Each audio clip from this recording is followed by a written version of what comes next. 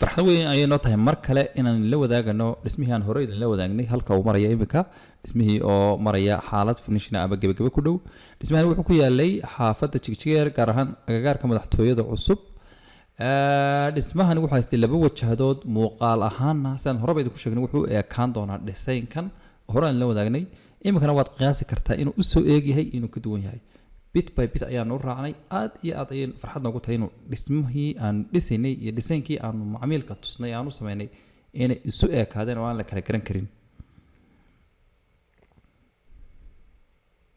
dhismahan finishingkiisa qurxintiisa iyo wixii soo dhan si fiican ayaan uga shaqaynay.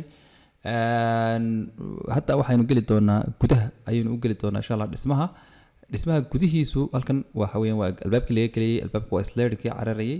haddii aad u fiirsato finishin ahaan qaabkaan u sameynay waad aragtaa deyrka iyo waxyaalahaasaan u qurxinay waad dareemi karaysaa gacanta lagaga shaqeeyey. halkan markaad kasoo gashid halkaas waa baarkinkii gaadhigu uu gelayay. marka dee cadeed iyo kuleele xilada waa la iskaga nasan karaa waa la iska fadhiisan karaa. waxyaalaha daaqadda halkaa kasoo jeeda iyo wixii ka sheeyana waa surfaceki iyo kitchadii iyo qol la seexday iyo laundryadii iyo waxyaalo badan oo surfaceka qaybtii surfaceka guriga weeyaan qaybtaasi. haddaad xaggan u fiirsato gurigu aad buu qurux badan yahay maasha Allah weeyey. areadan oo kale waxaan ugu talagalay parkina waa loo isticmaali karaa laakiin beer baanu ka dhigaynaa. imika waxaan talagalnaa inaan guriga gallo walow waxaa niman yahay oo shaqa ka socoto dhinaca baan ka gelinaa barandahana aad iyo aad buu weyn yahay waa waasac la iska fadhiisan karo.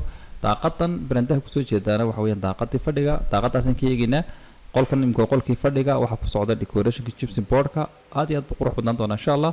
haddii corridorka ama daaradda aad eegtidna iyadana sidoo kale waxaa ka xidhan sakhaalad oo iyadana lama geli karo gypsum boardka waa iyadana ka socda. kanina waxa weeyaan suuliga hurdada waa suuli aad iyo aad u waasaca weli marmarkiiba ka dhiman only waxa yaala babskin baa yaala.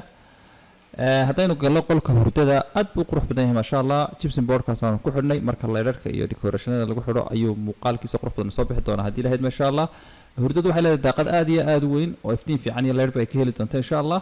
sariirta iyadana waxaa la dhigi doontaa soo jeedka dhinacaas la dhigaya haddii lahayd maasha Allah. dhinacan kalena waxyaalaha kale looga baahnaa la dhigaya. haddii aynu guriga dibadda ka eegno waxaan isu kiin barbar dhignay dhisaynkii guriga ee aanu xafiiska ku sameynay iyo dhismihii socday. bal qiyaas haddii uu jiraan wax farqiya iyo haddii aanu asiibnay oo sidiisii aanu u wadno.